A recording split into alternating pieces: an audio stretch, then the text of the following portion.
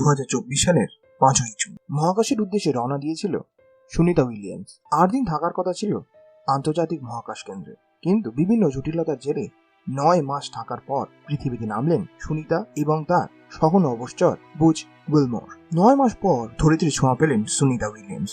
মঙ্গলবার ভারতীয় সময় 3:07 সুনিতা এবং বুচ উইলমারকে নিয়ে ফ্লোরিডা উপকূলে অবতরণ করলো স্পেস এক্সের ড্রাগন মহাকাশযান। প্রায় 17 ঘন্টা যাত্রার সঙ্গে শেষ হলো 9 মাসের অপেক্ষা। 8 দিন আকাশে থাকবেন বলে 2024 সালে 5ই জুন পাড়ি দিয়েছিলেন সুনিতারা, কিন্তু বোয়িং স্টারলাইন মহাকাশযানের গোলযোগ এবং বিভিন্ন জটিলতার জেরে তাদের 9 মাসেরও বেশি থাকতে হয় আন্তর্জাতিক মহাকাশ কেন্দ্রে। 2024 5ই জুন সুনিতাদের নিয়ে উড়ে গিয়েছিল স্টারলাইনার। প্রোপালন সিস্টেম সংক্রান্ত বিষয় এবং হিলিয়াম লিকের কারণে একাধিকবার দেরি হওয়ার পরে অবশেষে মহাকাশের উদ্দেশ্যে রওনা দিয়েছিল তারা। 2024 সালের 6 জুন থেকে 25 জুন 27 ঘন্টা যাত্রা করার পর মহাকাশে পৌঁছে গিয়েছিলেন সুনিতারা। 8 দিন মতো থাকার কথা ছিল তাদের, কিন্তু প্রোপালন সিস্টেমে গোলযোগ এবং হিলিয়াম লিকের কারণে 11 জুন সুনিতাদের ফেরার সময় পিছিয়ে দিয়েছিল নাসা। 21 জুন ফের পিছিয়ে দেওয়া হয়েছিল। 26 জুন যখন তৃতীয়বার সুনিতাদের পৃথিবীতে ফিরিয়ে আনার সময় পিছিয়ে দিয়েছিল নাসা, তখন স্টারলাইনারকে নিয়ে এক বছর প্রশ্ন উঠেছিল।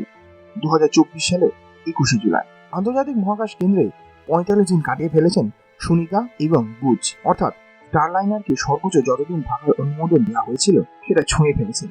কিন্তু তখনও নাসা এবং বোয়িং নিশ্চিত ছিল না যে কবে মহাকাশচারীরা পৃথিবীতে ফিরতে পারবেন। চালানো হচ্ছিল বিভিন্ন পরীক্ষা নিরীক্ষা। 2024 সালের 28 অগস্ট ইলন মাস্কের স্পেস এক্সের ড্রাগন মহাকাশযানে করে সুনিতাদের পৃথিবীতে ফিরিয়ে আনার সিদ্ধান্ত নেওয়া হয়েছিল, যা সেপ্টেম্বরে পৃথিবী থেকে রওনা দেওয়ার কথা ছিল।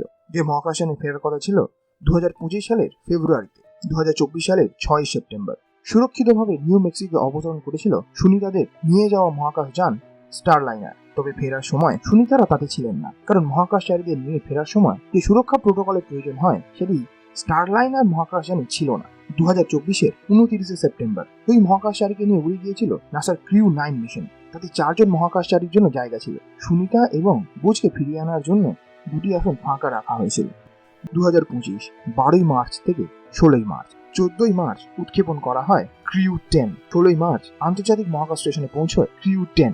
2025 18 মার্চ রাত 1:05 আন্তর্জাতিক মহাকাশ কেন্দ্র থেকে বিচ্ছিন্ন হয়ে যায় স্পেস এক্সের ক্রিউ 9 মহাকাশযান। শুরু হয় পৃথিবীতে ফেরার 17 ঘন্টার মিশন। তাতে সুনিতা, বুচ সহ মোট 4 জন ছিলেন। মঙ্গলবার বিকেলে ফ্লোরিডা উপকূলে অবতরণ করল সেই মহাকাশযান।